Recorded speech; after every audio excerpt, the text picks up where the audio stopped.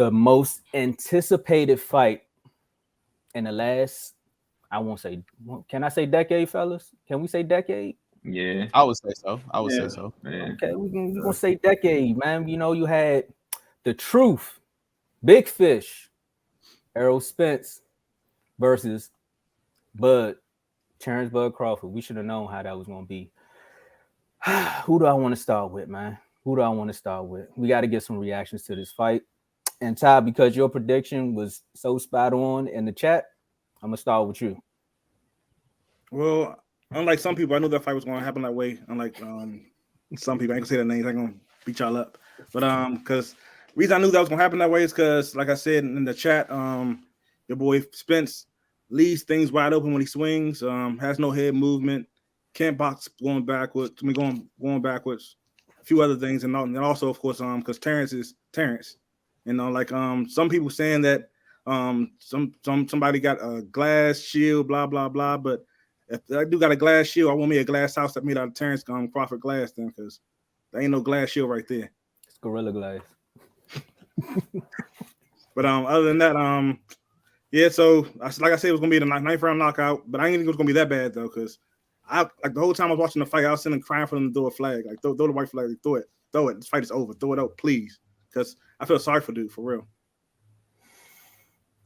AJ, we gotta mix it up a little bit. AJ, what was your reaction, man? It was tough. I had Spence as well, so you're not alone. Obviously, I had my dog Big Fish.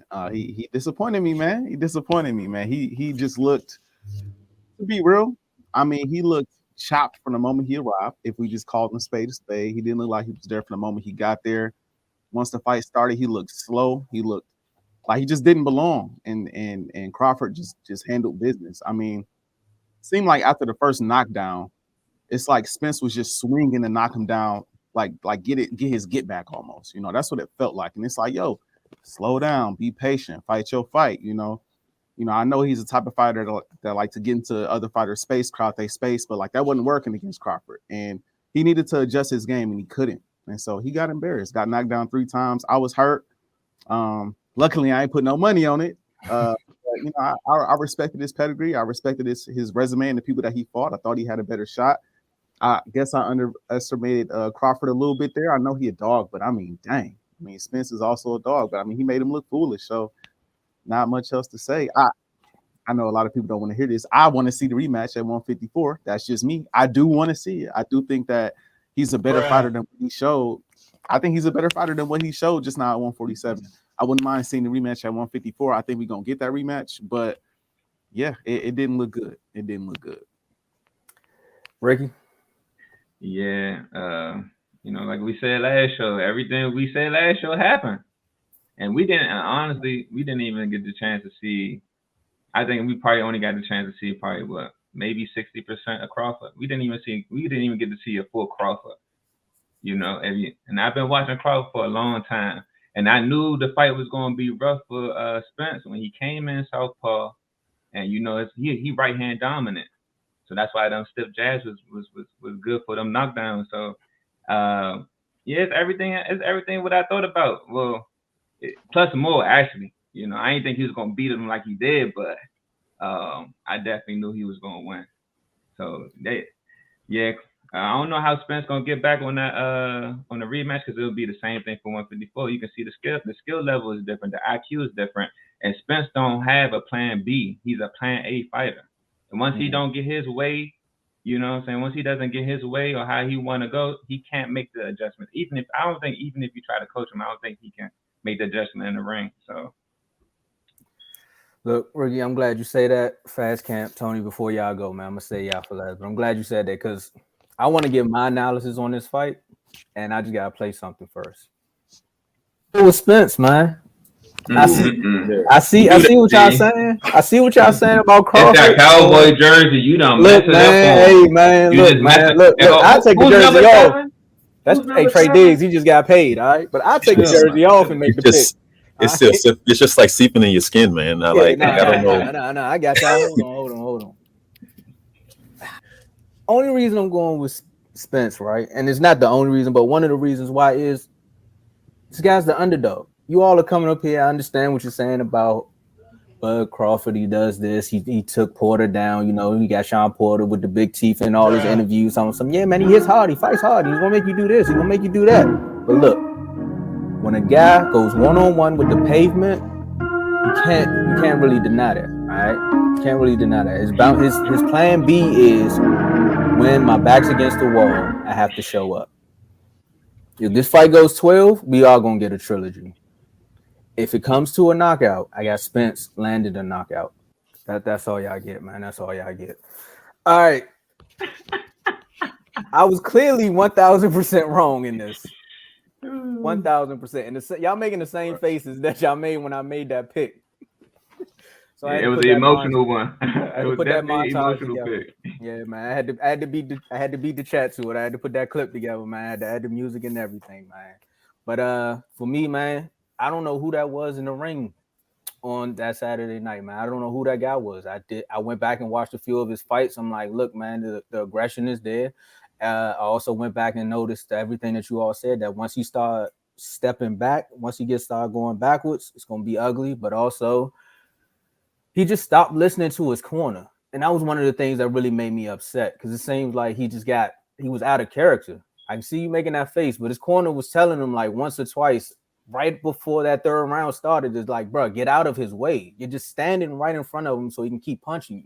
Punch at an angle, do something. And he was just like, okay, and went right back out there and got hit again. So for me, man, it was a fight all the way up until that second round started. Fast Camp.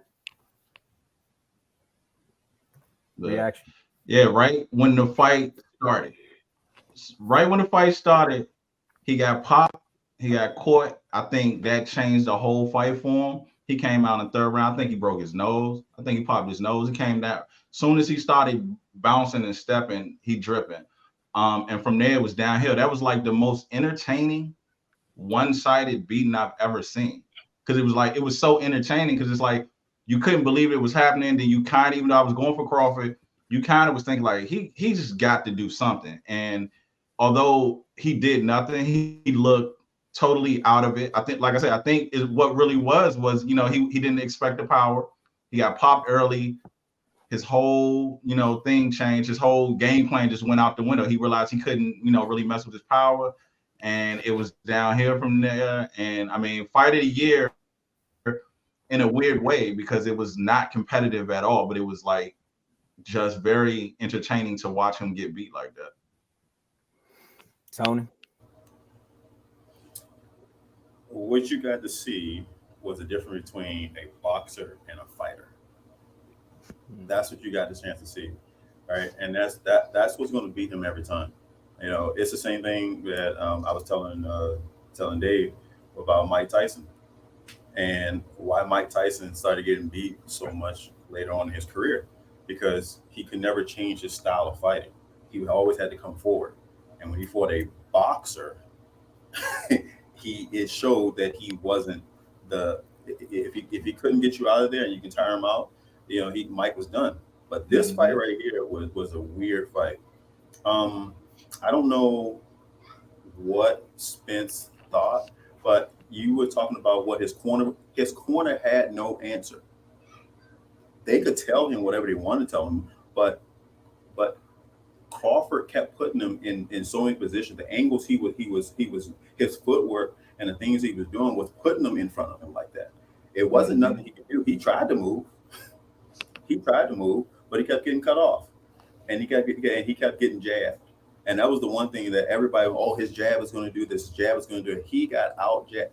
The man landed 60% of his power punches. Man, he landed 60% of his power punches. And that's crazy. 50% of all his punches that like he landed.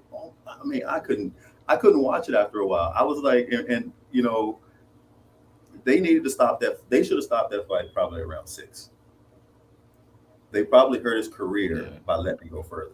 You know what I'm saying? Because, and you said you would want to see that again. Why? Yeah, that's my question too. Why you want to see that one again? That was a massacre. I don't care if they fought at 147, 154, 160, 300 pounds. I don't care where they fought at. You're going to see the same thing again because he's not that type of guy. He has no, just like Ricky says, he has no plan B. It's plan A. And once plan A has been taken away from him, he's done. You know what I'm saying? And I don't know what you're going to tell him to go. I mean, I'm starting to be suspicious about Derek James as a trainer. Right? Like being real, I'm being suspicious of him as a trainer because I saw a video of him when he was training someone else and the guy's still doing the same crazy stuff before. I'm like for real, man. I don't know, man. But he should not take this fight again. That clause was there for him. That clause was there for him for the rematch because everybody knew what was going to happen. I'm pretty sure Derek knew what was going to happen because at that press conference, he started making fun of Bomac's weight at the press conference. Why? Yeah. What was the point? There was no point behind that. You know what I'm saying? Everybody knew what was going to happen. And what happened. He got buried. He got buried and he will never raise from that grave again. AJ, I'm gonna let you respond to why you want to see the rematch. But hey, I'm gonna tell you right now what his corner was selling him. I'm telling you right now, that is not real. That's what they were selling him. Okay, he was a robot out there. But go ahead, AJ. Tell him why you want to see the rematch. No, it's I don't have much of an explanation other than I'm just a fan of Spence, and I refuse to believe he's that outclassed against Crawford. Like he didn't. I know that Crawford is the better fighter, but Spence didn't look like himself to me. Like he looked extremely slow, extremely out of it. And Crawford. What was that?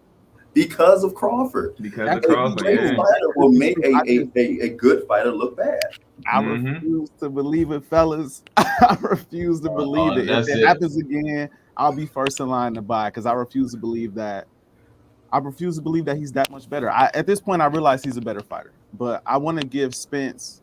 I would want to give Spence, and if I was Spence now, obviously I'm not in his head. I don't know how he's feeling, but I would want to attempt to get that get back. You've never been beat like that ever in your career. You never lost before ever in your career. And as a fighter, that's what fighting is. That's what fighters are made of. Fighters are built off of, if I get knocked down, I want to bounce back. I want to give him an opportunity to bounce back. Now, if you don't get it, I understand why he don't get it. If you don't want the rematch, I understand why he doesn't want the rematch. But I want to give a world-class fighter that just held 3 championship belts an opportunity to get his get back. And if he can't get it, he can't get it. Can I ask you a question? Go ahead. Let me ask you a question. So I hear all the stuff you're saying there, right? Right, and everything about him, right? Tell me a fighter that Spence fought that was anything like not with the caliber of his, but anything like Crawford. Give me one. Give me one. Can't match it. Crawford is Can't different. match it. Yeah. Give me one. It's tough to match. It's tough to match. There isn't one. Can't. There isn't one. Now tell me a fighter that Crawford has fought that has the same style of Spence. You can name a lot of. You can start with Porter. And that was it. Look, it was just like Porter fight though. If you think about it, it was similar. He got whooped a lot worse, but the fight, the knockdowns are almost identical. That's the Sean Porter fight. Hold up, fellas. We got a membership 1 month member. Shout out to Joe. He said it's the best boxing content. The best boxing content resides at R2L. And if I do say so myself, yeah. Because look at Ty. I ain't gotta say too much. I told y'all I was right. But go ahead, fellas, continue. But yeah, what was I saying? I forgot what I was saying. But y'all was comparing the fighters, saying yeah, Errol's style, like Crawford has fought somebody that resembles resembles Spence versus Crawford done seen that before, and then definitely, like I said, that Sean Porter fight. If you look at them knockdowns, they're identical, and how he was moving and the angles. I think Sean Porter would have had a better chance of the fight with the distance, but there's nothing for Spence to change in that situation. He's just not used to being in that uncomfortable situation. He didn't have no answer. There's no excuses for him because he can't say it's the crash or anything. Like, you don't have all these different fights before you got to him. You know what I'm saying? So he got absolutely no excuses of why he looked like that. Besides, go ahead. I want to touch on one thing too, where y'all was talking about how Spence may need to change his trainer, and if you think about it, he definitely would. I know there's a lot of talk about saying he needs to be broken down and built back up, just because of the style in which he got beat, the way in which he got beat, and the style that he fights with. But if you think about it, like from the from when this fight was talked about behind stages, when these two boxers kept meeting in person, of course, all those videos kept coming back up on YouTube, and you could see it. Like you just notice the poise from Crawford. But notice sometimes when a boxer is that poised versus their corner, it seemed like from the beginning of when this fight was announced to every single press conference, all the way down to the weigh-in, they were like a combined force. They were one unit. Everybody was on one mission. And Tony, which one? I forgot which one of you guys said it, but the jokes, Tony, you said it. The jokes at the last press conference about Bomac's weight. It was in that moment I was like, bro, what you doing? Like, as a trainer, this is not the moment for that. And you heard Bomac was speaking facts. We've been here before. You trying to get here, and you talking about my weight. Like, it was all personal from there. So, and watching Frank Martin, you kind of seen it there. You're like, what, isn't that the same trainer? Look at the Frank Martin fight. He barely won that one. Derek James don't have no advancement with his fighters. It just, I guess, it looks like he can't advance with them. Just look real basic in the fundamentals sound. So. Go ahead, Fast. Right. Yeah. He has a style. You know what I'm saying? And they kind of all, when you look at the ones who've been there, not Ryan and not Joshua, but Martin, Charlo, and Spence, they all the same. They seeking destroyers. And what happens is once they come up against someone who can match their energy, there's no plan B. And so like, yeah, I'm not going to go in on James like that too hard, but I do think that now you got to let Spence fly because he needs plan B. He needs a different style because to me it's a little far-fetched to think that Derek James can turn him into a different type of boxer with all his fighters are fighting the same way. You see what I'm saying? So I mean, no disrespect or none, or don't even, I don't even want to put it in a situation where he's like, oh, you got to choose loyalty and this and that. But like for the greater good of Spence, with all the stuff that they're saying that they're seeing and what he's been through, it would do him some justice to actually learn how to box rather than just beat a guy down and slug him. So I would suggest that he goes seek out, another trainer just to get another style, because at the end of the day, it's going to benefit him. He's still going to have that seek and destroy because that's who he's made of. But then also, too, he can have something, for a plan B if he runs into, people like Terence Crawford or something like that, especially if he goes up, because now he has to deal with harder, bigger punches, bigger guys, which, can be a problem, too, because of what we're saying, what's going on up there. So I say he bounced.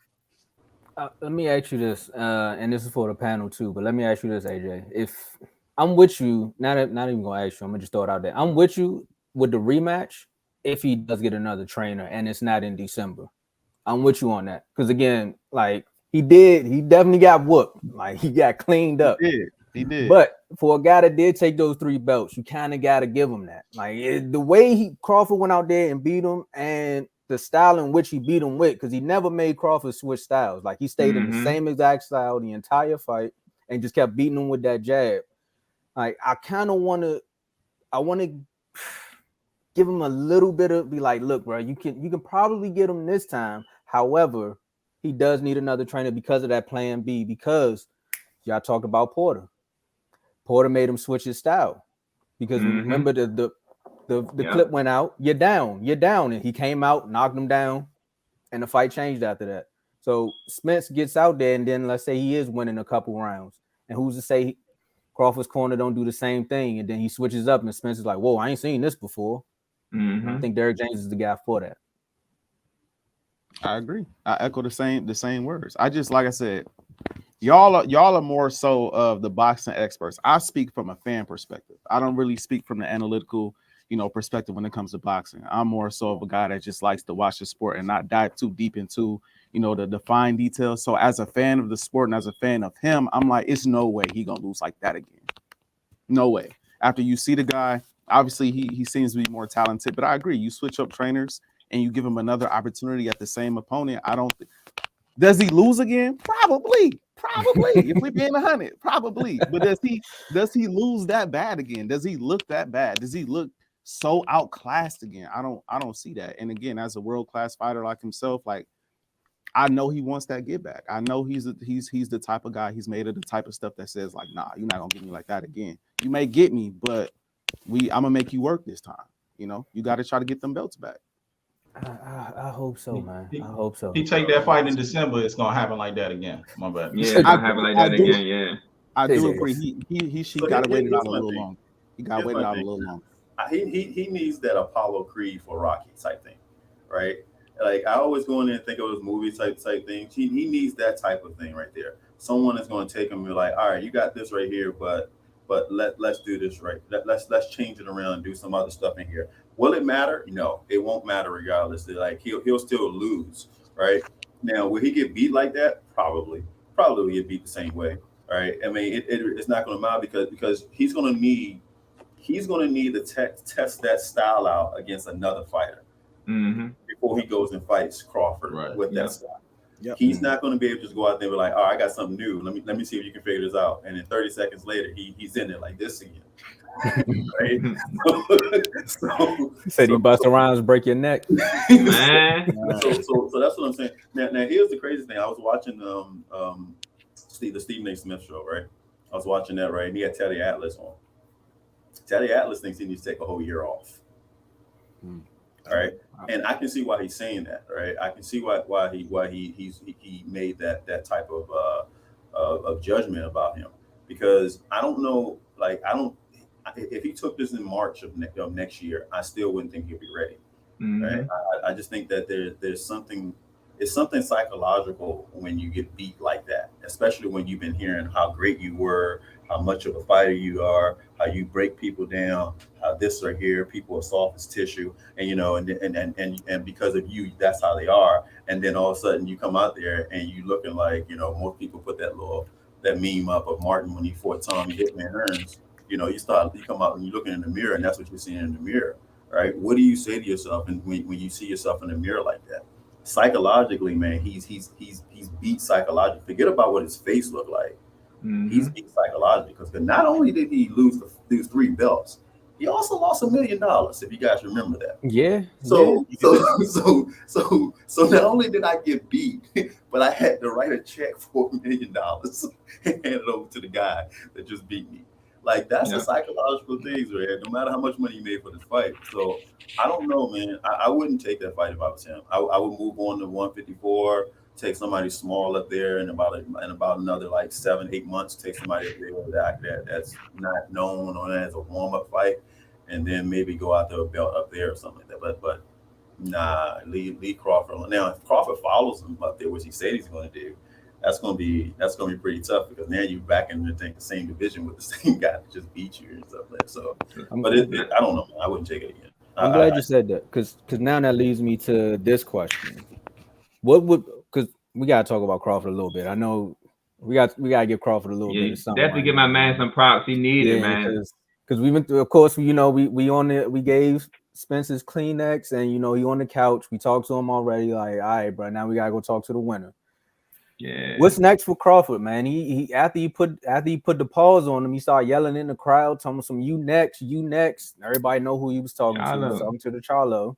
But you got Boots all in the interviews, making phone calls to Gilly, talking about how he want this fight. So I gotta ask you, Ty, what's next for Crawford? I think he probably gonna go up and fight Sue after after he takes Charlo's belt on September 30th, because they're gonna give it to him anyway. So they're gonna fight him after that. Fast Camp? Yeah, I think that's a good look for him. Fight Zoo, force the Charlo fight. He pretty much forcing the Charlo fight at that point. That Zoo fight ain't no joke though. But I say he go after that. He don't need Spence again. Go get Zoo, get that belt, force that, and then retire. Yep. Ricky. Yeah, I'm agreeing with them too. He gotta go that way, even though I do want to see him fight Boots. But Boots, you might gotta find another way to make this thing happen. You gotta be your own star at this point, because he got all these opportunities and he ain't getting none. But he just turned 36, So he making all the smart moves so he can come out clean. So yeah, I agree with everybody else. AJ?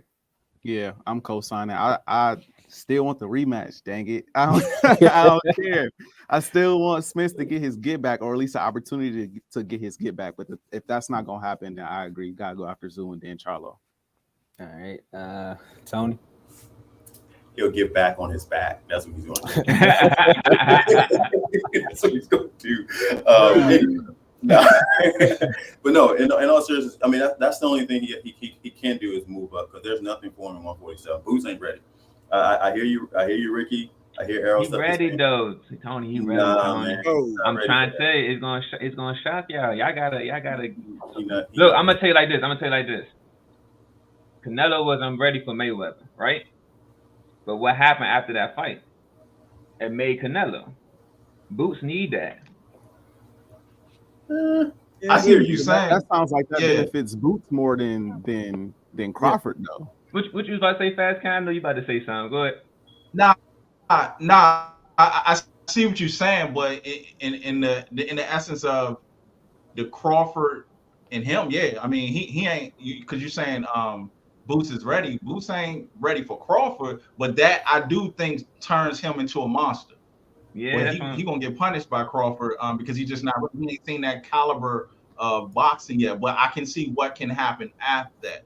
You know what I'm saying? After that fight, yeah, I feel it. Yeah. It's best to take your loss to an elite fighter than a bum, because you know, if you take it at an elite fighter, it saves your career. You can still bounce back, you can still move around. But if you get somebody that's not top, or somebody that's not top, if you lose a fight to somebody that's not top tier, that just makes your name go down, you know, and the revenue doesn't catch up with you, you know. So yeah, the suit fight will be a good warm up, right? For Crawford, right? It'll be a good warm up fight for him. But you know what he wants, like, and see, I don't. So, another incident happened during that. I think it was the weigh-in. Another incident happened down there with Charlo. You might remember, you know, that. Oh, hey, come on now, man. Right? You ain't have to hit yourself like that, man. Man, shoot, man. Clem did that a little harder though. Charlo should have hit himself the way that was. What the heck was that? So when I saw that, I was like, oh, okay. Yeah, he may want to. I don't. So the one thing that he was doing this right here. Charlo was doing this right here before the fight happened. Have you guys heard anything from him since? He got something else happened in the parking lot. You heard anything from his brother? But something happened in the parking lot, so he had to handle that. His brother saying, yeah, his brother. I refuse to lose like the platform for me to tell that story. He got his brother. No. It's something happened with some ladies, but look, man, go look it up. Go look it up. I got it. Well, all I'm saying is that the suit fight would actually be a great warm up for Crawford to move up to that weight class, and then maybe challenge for whoever has the belt at that point in time. And Tony, the last words we heard from his brother was him yelling at Spence, like, "Get up!" That was the last thing we heard. But Joe, we definitely, I mean, what more love can we give a guy that like went out there and put on that masterpiece? Because Joe put in the comments, he's like, "Can we get more love for Crawford, please?" These 5-word answers. I mean, the proof is in the tape. Like, there's not too much we can really say. You know, like he came, he saw, he conquered. Like that's exactly what happened. But I think he's gonna do at 154 though. He do it again, man. Look, I don't know. We gotta start making some phone calls, man. We do it again. You know, like I said, the weight he knows like the weight get put on, the hits a little harder, get a little different. So will he do the same thing at 154? We gonna see. Actually, man, that drove.